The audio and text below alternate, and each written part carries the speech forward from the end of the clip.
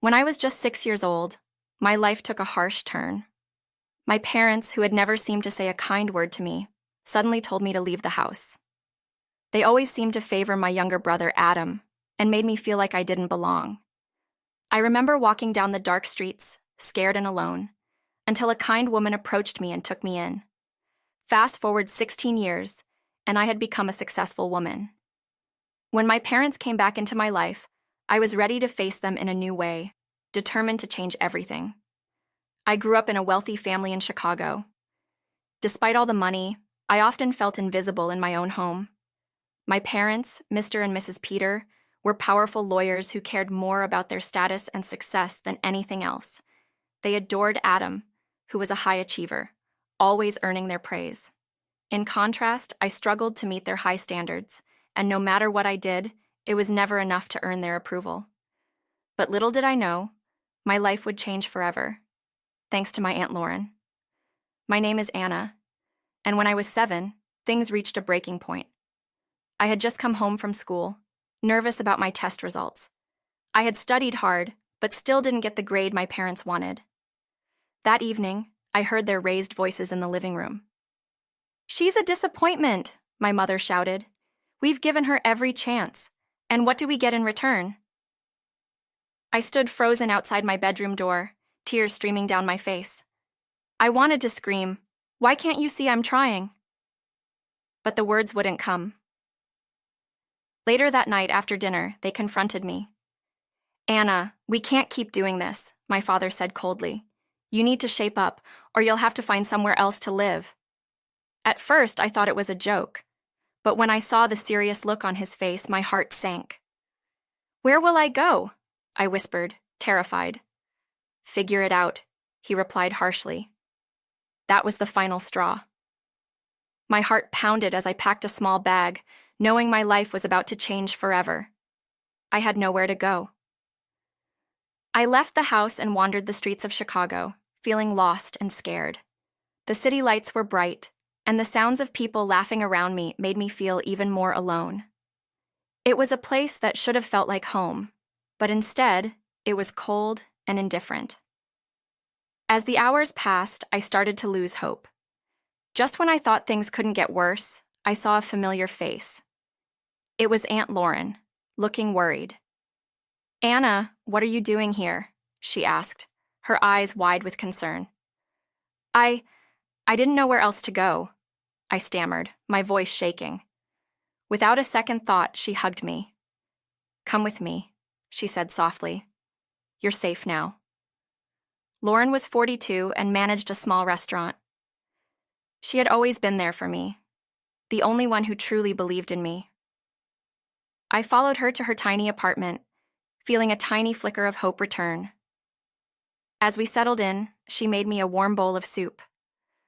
"I was so worried about you," she said gently. "You can stay here as long as you need." Living with Lauren changed my life. She filled the emptiness my parents had left behind. "You're smart, Anna. You can do anything you set your mind to," she would say. And with her support, I started to do better in school. I worked harder than ever, determined to succeed. Meanwhile, Adam was struggling under our parents' high expectations. I could see the stress wearing him down. One evening, I found Adam in our old neighborhood, sitting on a bench, strumming his guitar. "Hey, are you okay?" I asked, sitting beside him. He sighed, his face serious. "Mom and Dad want me to follow in their footsteps, but I want to do music. They just don't get it." "I understand," I said softly. "You have to follow your passion, Adam. You deserve to be happy." "They'll be so mad," he said, looking down at his guitar.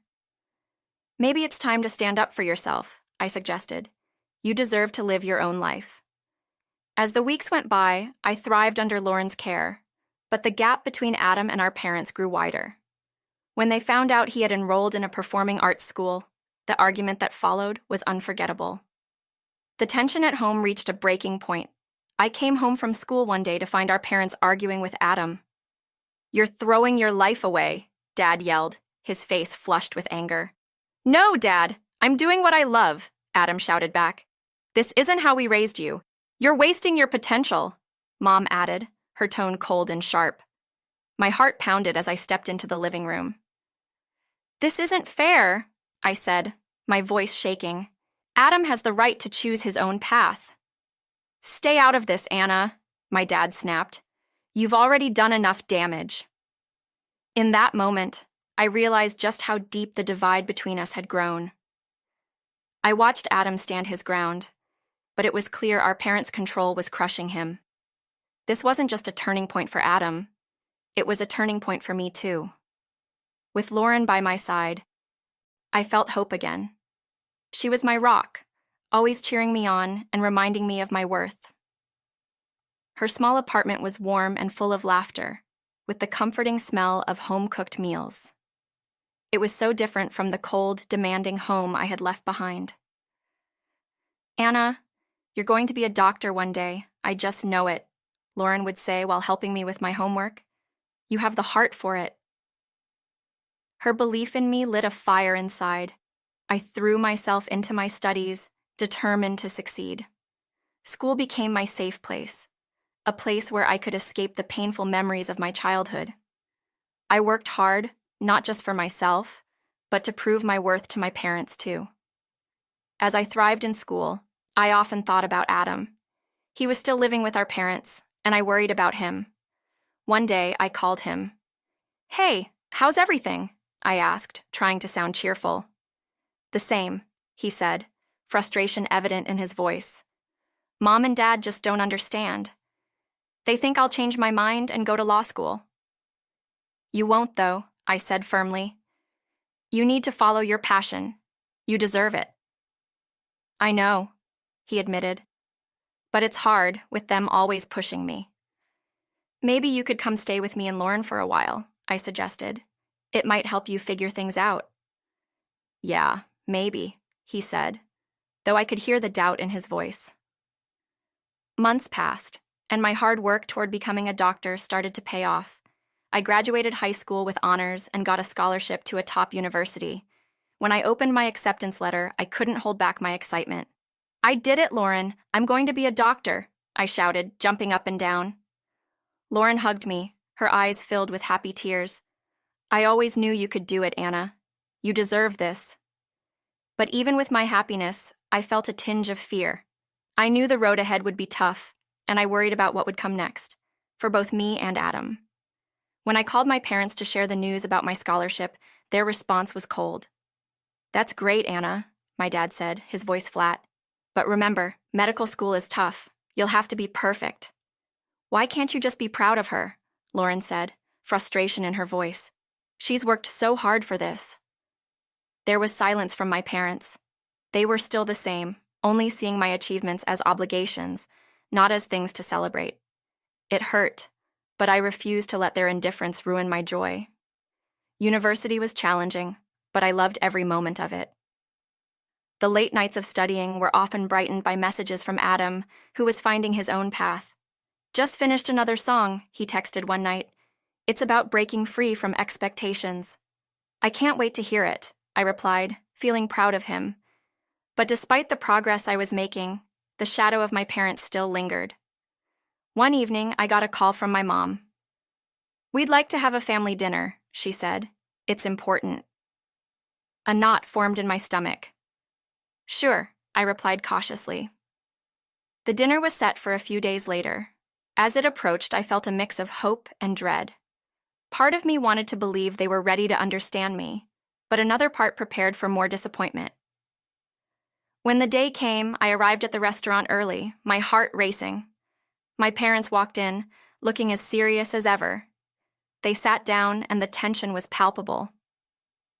Thank you for coming, my mom began, her voice calm but cold. We wanted to talk about your future.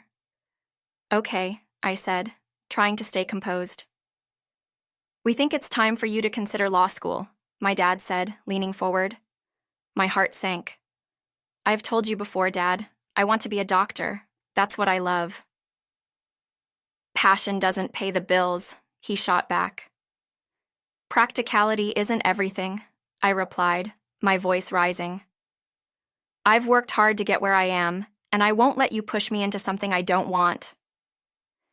The restaurant grew quiet as our argument escalated. Just then, Adam walked in, sensing the tension. "What's going on?" he asked, stepping over. "Just a family discussion," my dad said dismissively. "This doesn't look like a discussion," Adam replied, giving our parents a hard look. "You can't keep doing this, to her or to me." "What do you know about family?" my mom snapped.